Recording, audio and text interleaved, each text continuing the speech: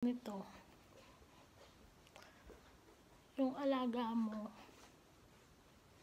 yun, nasanay nga sa buhat. Ay, wala pala ako doon, tapos pala ako doon. Hindi pala ako sa dapat, yung government, mas piniprepare yung mga OFW mas piniprepare mga OFW emotionally and mentally. Kasi gaya nung sa akin, naituro sa akin yung trabaho, pero yung mental na or yung dapat or yung mental health, hindi, which means how to overcome yung mga arabo gaya ko. Sinisiyahan ako ng amo ko, maliit na bagay sisigaw siya. So, maiinis ka, magugulat ka, yung emotion mo, hindi mo na alam kung saan mapupunta.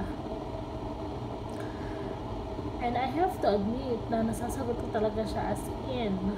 There's this one time, Ramadan, wala siyang abiso na hindi tayo matutulog for today, ganon. Ang sabi lang niya, kakain ito yung mga kapatid ng amo mo, ganito, ganon. Ang amo ko lalaki, so lahat sila pupunta, dito sila mag-aalmusal. So, okay. Natulog ako ng 6 a.m. Siyempre, Ramadan eh. May alaga ako matanda.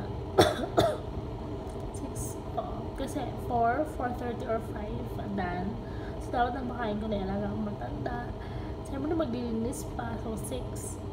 Ginising niya ako ng 11. 6, 7, 8, 9, 10, 11. Okay, given. 5 hours. Sige. Same na din ako everyday. Pinapalik ko ang mga bata, yung matanda. Na-assist ko siya. This time, ginising niya ako na 11 a.m. Tapos, wala man lang siya sinabi na i-prepare nyo yung sarili nyo kasi hindi kayo matutulog kasi this is my second Ramadan na hindi ko na-experience ng first Ramadan. So, at least yung first Ramadan, tulog ako ng 2, ginising ako ng 4 or 4:30, so may 1.5 hour ako natulog, diba? At this time mo. So, yun. From the time I woke up, luto siya, luto. Okay, tapos sa kusina nito. So, coffee, kain, din. Naggabi, in-expect namin makapagpahinga kami na. Luckily, may kasama ako dito. So, in-expect ko, makakapagpahinga kami mga 3 or 4, ganun, kasi mga 6 daw, dito, ganito. So, pagpapahinga, siguro kami ganito na mga 4, mga 3 or 4, kahit 30 minutes, ganun. May katay, yung dugo ko puro kape. Hindi mo pinagpahinga. Tapos may nangyari pa na 3 a.m. pinagplansya niya ako dito. So, okay, it's okay. Siya trabaho mo yun. Sige, go ka lang ng go. Naiwan ko yung cord kasi magpa-plansya pa eh. So, may extension siya, tapos may magpa-plansya pa kasi na isa. So, iniwan ko siya. Na-charge din ang phone ko. Ito mga bata, bigla hinatak ng phone ko, nalaglag. And I so did that. So, alaga akong babae. So, syempre, sabi ko, bakit? Sisirain mo yung cellphone ko, ganito. Syempre, gutom na ako, pagod na ako, pero antok na din ako, naghalo-halo na. So, sabi ko, bakit? Kasi syempre, yun yung bang kontak ko sa family ko eh. Kahit pa paano mawawala yung pagod ko, diba? So, yun. Nandito pa yung mga amo namin lalaki na wala akong pake. Yung sigaw ko. Give it. Ngayon, tawag sa akin.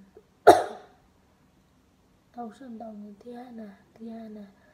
Puro siya ganon. So, hindi siya pinapansin. Kasi tawag na siya ng tawag sa akin. Hello, may mga trabaho pa ako. Maglinis pa ako ng CR. Ganito, ganon. So, hindi ko na alam. Hindi na ako magkandoga ako. So, tawag siya, Diana. Sumusugod ngayon ako. Nagsumok siya ngayon sa nanay niya. Amo kong babae, sabi niya. Hindi ko daw siya pinapansin. Sinusugod ako ngayon ng amo kong babae dun sa kwarto. Sabi niya, bakit? Anong problema? Bakit ka nagagalit ganito? Sinigawan niya ako. Sabi ko sa kanya, bakit tawag lang siya ng tawag ng pangalan ko, bakit hindi niya sa akin sabihin ko anong kailangan niya? Sabi ko gano'n. Paano ko malalaman? Sabi ko gano'n sa kanya. Nagtimpi siya na parang sasampalin na ako kasi I fucked in her face talaga na. Bakit ganito? Bakit tawag lang siya ng tawag ng pangalan ko? Sinabi mo ba kung anong kailangan mo? Gano'n pa. Kasi sinagulo niya ako sa mukha ko. Sisigaw ko lang siya sa mukha niya. Naghalo-halo yung nararamdaman ko. Sabi niya sa akin, uskuti. Meaning, tumahimik ka. Sabi sa kanya, hindi uskuti. Sabi niya, gano'n ko rin sa mukha niya. Ikaw ka ako manahimik dyan. Sabi ko nga sa kanya. Sumunod ako na siya. Sabi niya, okay diyan. Sabi niya, kalas. Sabi ko gano'n. Kalas meaning, tapos na. Kalas. Tapos, gano'n. Punta akong CR. Linis akong CR. Nanggigigil ako. Nandun pa mo yung mga bisita sa may kwarto. Nung kami nag-away talaga. Titignan lang ako nung isang madam. Nababawa sa kanila, halo-halo na emosyon ko eh. So, everyday na paninigaw niya, nagtitimpi ka. Tapos boom, sumabog ka bigla. Yun ang sinasabi ko. Hindi lahat kaya i-handle yung ganun. Hindi lahat ng tao kaya i-overcome yung ganun stress. Kasi may time na kung hindi ka makapit sa taas,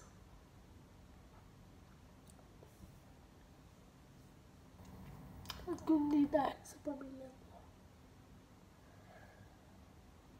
maisip mo na lang na pumunta mo sa rooftop tapos tumalon para matapos na lahat to.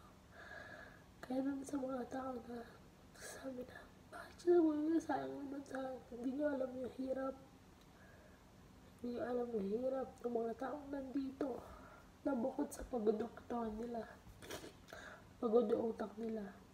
Tapos minsan ng mga tao sa Pilipinas, binibigyan pa sila ng sakit ng loob. Na hindi nila alam masakit ng loob na mo dito. Oo. Dahil mas masarap ako na konsensya ako. Nakita ko siya umiyak eh. Namumugto yung mata niya after ng conversation namin. Punta siya ng kwarto. Nakita ko sa namugto yung mata niya, umiiyak siya. So, paniwala na magagawa ko yun. Pero, hello.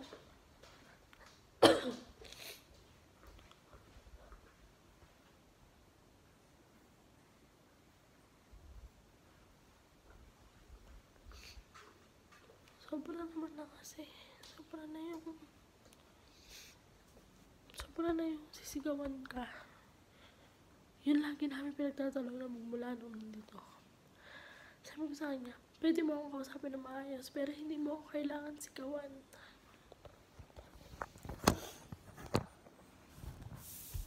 Kasi, nakakaintindi ako. Ganun. Tapos yun, nagkalaman na. So, pinatuloy niya kami ng 3. Basta 2. 3. Tapos gumising yata kami mga 12 or 1. Tapos gumising yata kami 4. So, okay na ako. May basbasan na ako. Okay na. Parang ano nang nangyayari ganun. Kasi gano'n naman ako eh. Tapos, katatapos ng Eid, kinabukasan, naglalaba ako sa taas at sandamak mo kasi nung Eid, hindi ako nakapaglaba. At daming labahin. Siguro mga around 10, nakita sa taas. Pinutakan niya ako ng pinutakan na para siya armalite. Hindi ko na siya pinansin. Kabong pa, bakit? Kasi ang kasama ko doon, natutulog pa, nakapanjama pa. Ako doon nagtatrabaho na ganito, bakit ko na pagsabihin ganito. Hindi ko na siya pinansin. Gano'n ako ng gano'n. Kasi, energy ko maubos na naman, diba? Minsan lang natin lalabas sa energy natin. Nakaka-toxic din kasi. So, ayun. Kaya everyday ganun na siya. May araw lang siya, hindi ulit na ganun na umalis ang asawa niya. Hindi na siya sa akin. Ay, hindi na. Wala pa naman ako kasama. So, mula nung Martes. Hindi na siya nagtitiwala. Hindi na siya nambubulyaw. Pagkatatawag niya ako, Diana, na hinahon. So, hindi ko alam. Kasi baka gusto niya na mag-extend ako. Kasi 4 months na lang ako, pero no. So, sana, prepared na kami mentally and emotionally.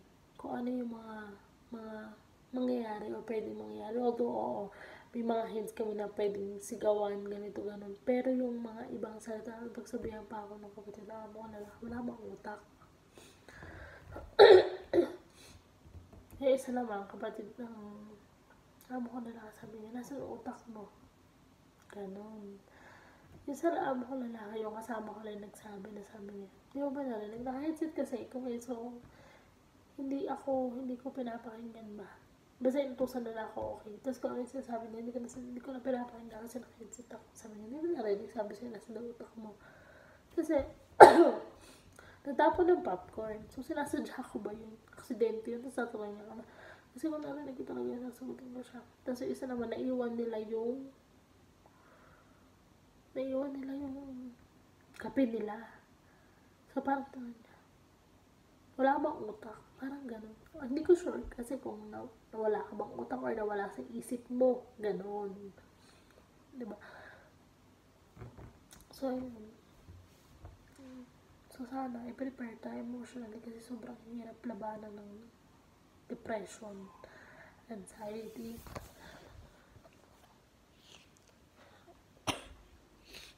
Kasi lahat na. Diba?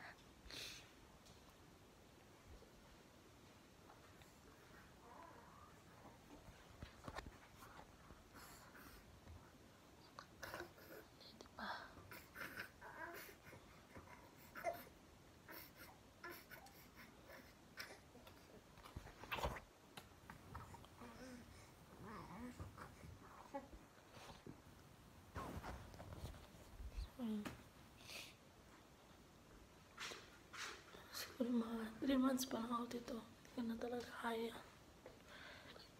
Sa pagdod sa pinalitan ko, hindi ko nakakakaya. Sobrang hirap, sobrang daming trabaho.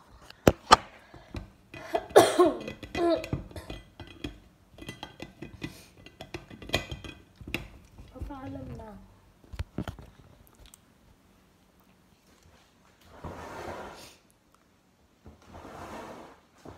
Paalam na ako.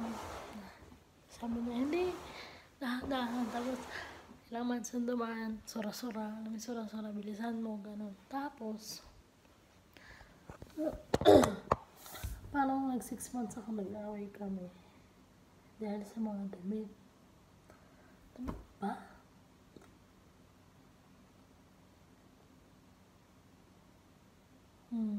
Oo yata. Para sa mga damit. Ganun. Nag-away kami. Sa mga damit ni Kuripot. Nung amo ko lalaki. Kasi bagong dating siya dito, galing siya ng Riyadh yata. Ng Egypt. Tapos sabi niya, parang 11 na. Bakit hindi ko pa plancha? Ganun siya. Ganun na naman ang reaction. Doon ako inis na inis kasi kagigising niya lang. Nakabuliw siya agad. Sabi ko, hindi ko kailangan. Balik ko sa agency. 1 year na ako na. Tapos,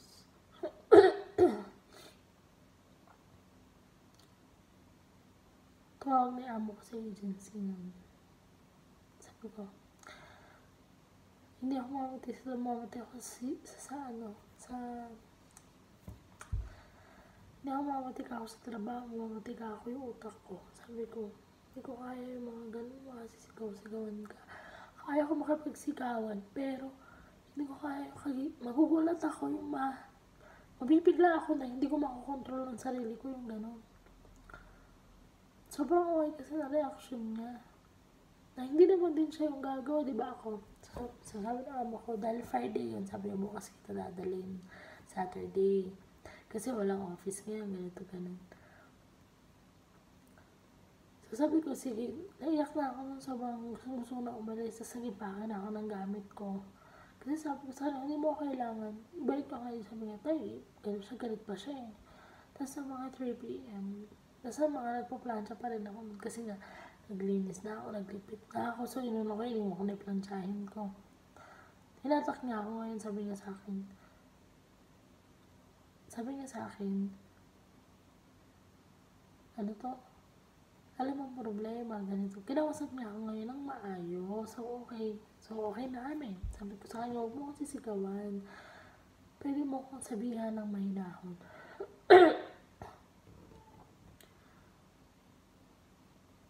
Tapos, sorry na. Ano to?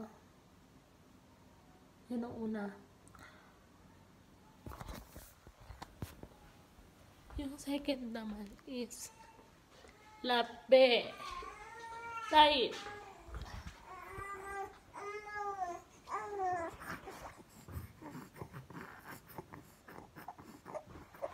Sumobra ka naman na yata sa dede. Sabi mo ni dede, sumobra ka na sa dede, Brad.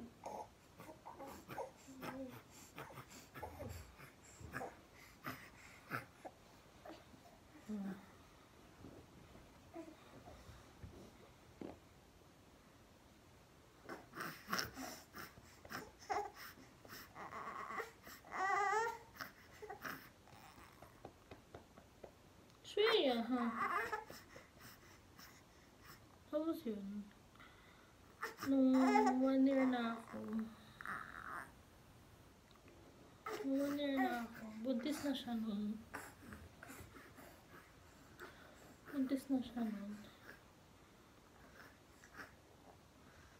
Tapos, buntis na siya. Tapos, dahil lamang yun doon may kasama naman ako dito doon. Makatulong ng nanay niya. Tapos, naglilinis kasi kami ng kusina. Ay, putang ina.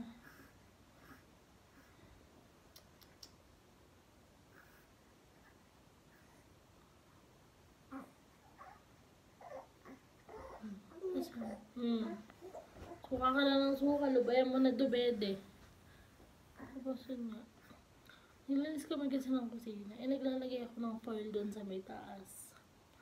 So, di siya nangyari. So, kinabukasan ako, di ba? 1/4 lang yata. Wala pang 1/4 yung tatapusin ko. Tapos, kinabukasan, alas 10 na tulog pa rin yung kasama ko. So, ako nagkape na. Medyo nagligpit-ligpit na ako. Alas 10 na tulog pa yung kasama ko. So, nag-tiktok ako. Kape, tiktok. Nabuta kami sa kusina. Kagigising na nung kasama ko 10:30. Nag-uurong siya. Nabuta nga kami sa kusina. Bakit?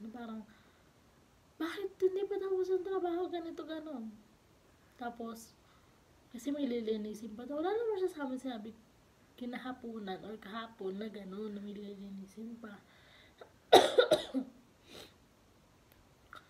So, ano nangyari? Iwanan yung trabaho. Hindi pa namin nangyari ng 10:30 yung trabaho. Yung mga foil lang. Yung lang naman nung naiwan ko. Kapurit na kapurit lang. Kahit nag-glitch siya. Sabi niya, tapos maglalaba na ako. Sunod niya ako doon. Sa kwarto. Pagkasunod niya sa akin sa kwarto, tinabugan niya ako ng lamesa, ng pintuan. Nagigigil siya sa akin sa iyak ba, gano'n. Wala naman akong ginagawa sa kanya. Tapos, sabi ko, yun na. Hindi ko na siya pinansin. Sabi niya sa akin, para daw akong prinsesa. Nagpintig yung tenga ko kasi hindi ko siya pinapansin kaya pinagdabugan niya ako. Sabi niya pa akong para daw akong prinsesa. Sabi ko, prinsesa ako, walang trabaho. Sabi ko, nata mo dami ko trabaho. Sabi ko ganun sa kanya. Tapos, actually, umalis siya. Sumama na sa mga kapatid niya. Sobrang sakit ng loob niya sa akin. Tapos, dumating siya. Kinuha niya na may isang katulong. Kasi magliligpit naman doon sa bahay ng nanay niya. Ang ending, ang nangyari, Sa visit ko rin, pagdating ko dito, pinagdabuhan ko rin siya ng cabinet. So sabi sa akin, please, Diana, please. Sabi sa akin, so, tapos,